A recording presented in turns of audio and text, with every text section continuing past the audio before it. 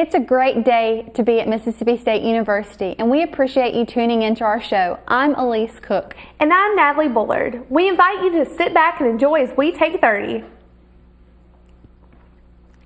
Many campuses have customs that set them apart from other universities. Here at Mississippi State, our fans establish not only individuality, but also pride. In this week's State 101, I had the opportunity to learn about the Junction, ringing our cowbells responsibly, and how it relates to tradition. Traditions run deep at Mississippi State University when you talk about our cowbells and tailgating. Nothing defines state better than a cowbell. For the first time in 36 years, the cowbell has been allowed in Davis-Wade Stadium. Due to the Ring Responsibly campaign, students are allowed to ring before the game, during timeouts, halftime, and when our Bulldogs score. Thomas Sellers, Student Association President, is in charge of getting the message out about the Ring Responsibly campaign. With that opportunity becomes a lot of responsibility, and the responsibility of our fans and our students and alumni and friends to respect the bell and respect the tradition that we have here at Mississippi State. A fine of $50,000 will be charged to State after every game if the fans do not respect the bell. Students have their own opinions, however, on when they should ring. I'm not really a fan because I like to ring my cowbell. I've had a cowbell for 3 generations in my. Some students are more thoughtful on the subject and how they should behave in the stands. It's all right, I guess. I mean, if the SEC sets out the rules and, if we're going to get fined for it, then I think we should respect it, but it's probably not going to happen. But, I try to respect it myself. Mississippi State alumni know how special it is to have this tradition brought back to campus. Michael Richardson, Director of Chapel Services, told us what the cowbell means to him. The cowbell is a symbol of tradition. It's a symbol of our history, and it's a rally cry for us. We also had the chance to talk with Michael about the history of how the cowbell came about. The tradition and the history come from an old story from back in the 1920s and 30s, the Mississippi State game where State was down by a touchdown and a cow wandered onto the field, and the cowbell clanging, it rallied our boys and got them excited, and they actually made the scores to win the game that day. And so that's history, that's tradition, that's Mississippi State. A fairly new tradition to grace Mississippi State's campus has been the Junction. The Junction is a place of fellowship during game days. It's a place for alumni, students, and family to gather together and cheer on our Bulldogs. Thomas Sellers gave us insight on how the Junction became a reality. The Student Association about 8 years ago decided that we wanted a centralized tailgating place on campus. And so some students in the Student Association Senate got together and organized a bill that suggested a centralized tailgating spot. And also a really cool part about the Junction is that it incorporates the old railroad tracks and the Junction and part of the history of where students several years ago, long time, used to come to Mississippi State on a train. And this is actually where they would be dropped off by that train. And so I think it incorporates some of our past history with the new tradition that we have at Mississippi State. Students have taken full advantage of the activities they can do in the Junction. Thomas shared a little about what he enjoys the most about the Junction. Is just to hang out, whether it's throwing the frisbee or throwing the football, or just hanging out with friends in the Junction. It's really a great place, especially on a day when the weather's just right. Campus traditions are evolving and changing our campus, but with that comes a new generation of Bulldog. So freshmen, go out and buy a cowbell and hang out in the Junction on game days. I swear the best memories you will have at State will be spent ringing your cowbell in the Junction after a big win.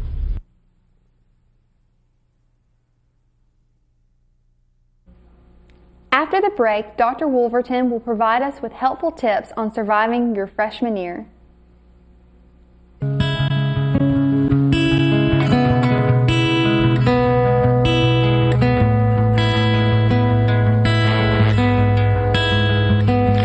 In the night, I hear 'em talk, cold stories. story ever told. Somewhere far along this road, you lost a soul to a woman so heartless. How could you be so heartless? A message from your local fire department. Have you ever tossed cigarette butts in the trash? Chances are you've seen what can happen if those butts are still hot. Maybe you got lucky that time. But what if it happens again and you're asleep? A fire started by a cigarette doesn't care if you're asleep. Make sure your cigarette's completely out so you can stop the fire before it starts. If you smoke, put it out all the way, every time. This message was brought to you by the Starkville Fire Department.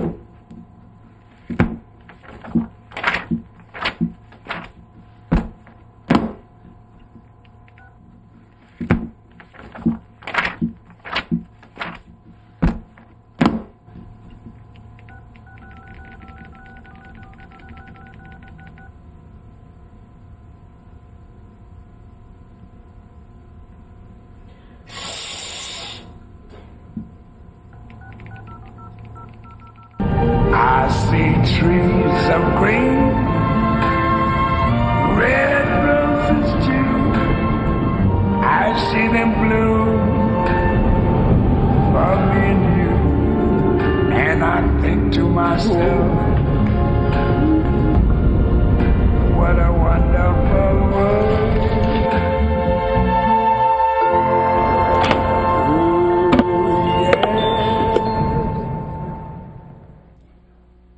Being a freshman in college can open your eyes to new experiences, people, and places. In this week's Facts with Faculty, Dr. Wolverton takes a break from Latin to inform us about common mistakes freshmen make and how they can learn to avoid them. Robert Wolverton, and I'm a professor in the Department of Foreign Languages, and my field is classics. I'm a professor of classics in the Department of Foreign Languages. I think the major thing is to realize that they are now in a different atmosphere. And whereas in high school they could have been pulling nothing but A's, that probably is not going to happen here. Part of it is because the competition is tougher, the courses are tougher. And that's why I say again that the emphasis really on success is in the first semester. They have to pay attention to their academics. They really, really do. That's so important. The fraternities, the sororities, the other organizations are fine, but again, limit those, concentrate on the academics the first semester. Just as Dr. Wolverton said, academics are very important to the success of every college student. When we return, we will take a look at what it means to be an architect major and how interesting the architecture program is here at Mississippi State.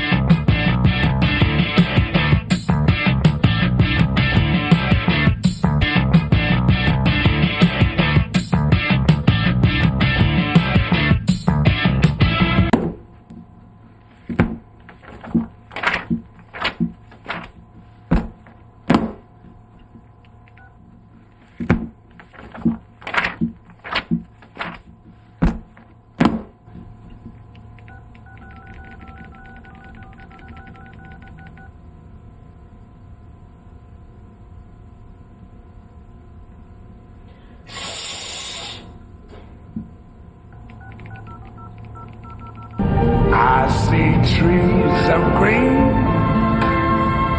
red roses too. I see them bloom for me and you. And I think to myself, what a wonderful world.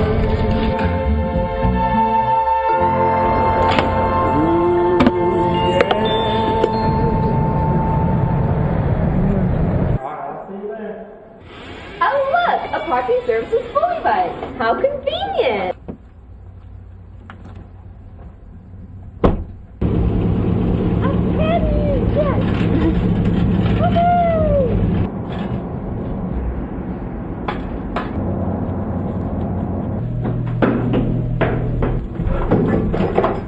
How did you get here on time? Parking services bully bikes. They're so convenient. The School of Architecture proves to be one of dedication and creativity. Today, for our major spotlight, let's take a look at what it's like in the life of an architecture student.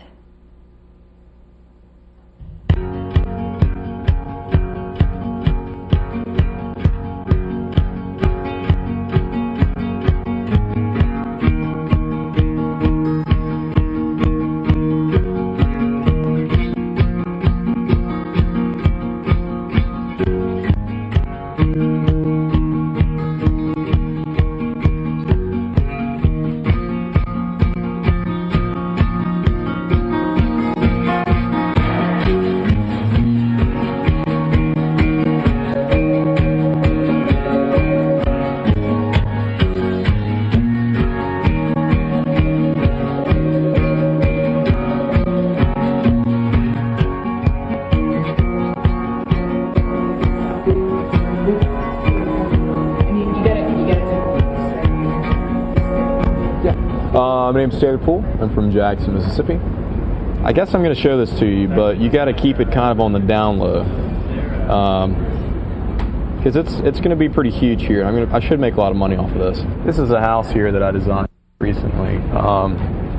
Got two huge windows here, located on this beautiful rolling hill, and I've got these smokestack with this amazing smoke and a couple of birds. This one's an odd bird. It's got 3 wings, but that's kind of that's some character, you know. I'm an architecture major. It's my 4th year. Architecture is a 5-year program.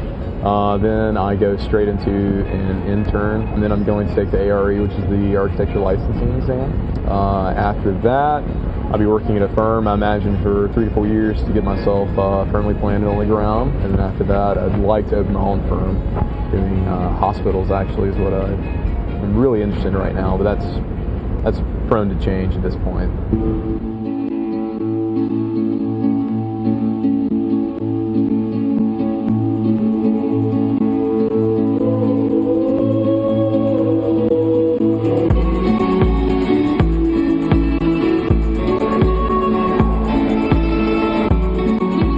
I'm Andrew McMahon from Hattiesburg, Mississippi, and I'm a 3rd-year architecture student here at Mississippi State. The whole prospect of engineering seemed really exciting. Get to go work on machinery and design cool stuff. One day I realized that it sucked. And I walked by the architecture building and I was like, well, hey, I'll go see what's going on in there. And there was just craziness going on everywhere. People running around and crazy projects, and I was like, well, I'll give this a try. And then I guess I just decided that I didn't like sleeping, so it stuck. We call this the lazy cutter because you'll see, it's just awesome. Basically, you take whatever you want to have cut, you put it in the computer. The computer does that little Willy Wonka thing where it like shreds into like really tiny pieces and it sends it through the air and miniaturizes it right here. And then it makes it right in front of your eyes.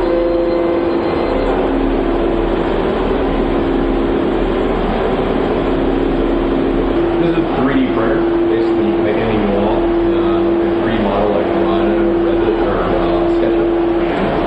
This is Bender, made with SketchUp. And then I just send them right into the 3D modeler and poof, here it is. Pretty cool. I chose Mississippi State because they had some amazing ice cream when I came to the orientation. I'm a pretty big ice cream fan, and they gave us free ice cream, so I was sold. Didn't really think too much more about it after that. No, yeah, it was just ice cream. That's why I picked Mississippi State. And the cowbell. Pretty cool.